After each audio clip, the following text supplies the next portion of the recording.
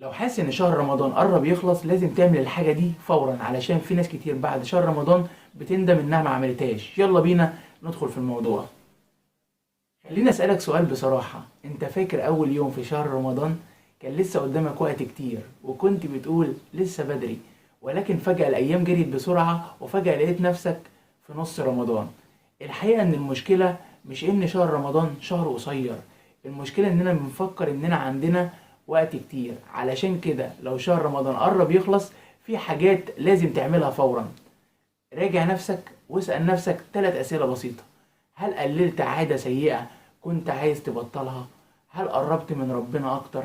هل عملت حاجة تخليك فخور بنفسك بعد شهر رمضان؟ ولو الإجابة لأ، ما تقلقش، لسه في وقت. حتى لو باقي أيام قليلة ممكن تغيرهم ويكونوا أحسن أيام في شهر رمضان كله. الخلاصة ومن الآخر، خليك فاكر حاجة مهمة جدا: شهر رمضان مش بعد الأيام اللي عدت عليك، ولكن شهر رمضان بعدد اللحظات اللي استغلتها صح. وخليني أسألك سؤال بصراحة، لو شهر رمضان خلص بكرة هتحس إنك استغليته كويس ولا كنت تتمنى تعمل حاجة أكتر؟ قولي تحت في الكومنتات، ولو فدتك بمعلومة ما تنساش الاشتراك في القناة. سلام عليكم.